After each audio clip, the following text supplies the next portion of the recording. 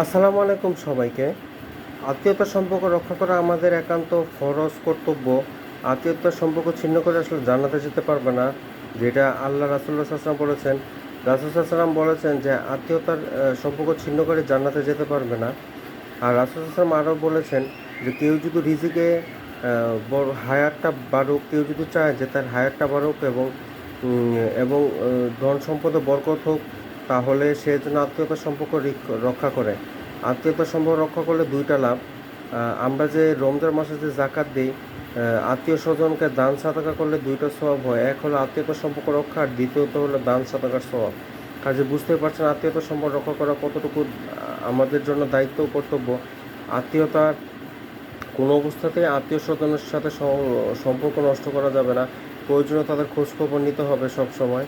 তো আজকে এই পর্যন্তই। সবাই ভালো থাকবেন, সুস্থ থাকবেন। আসসালামু আলাইকুম ওয়া রাহমাতুল্লাহি ওয়া বারাকাতুহু।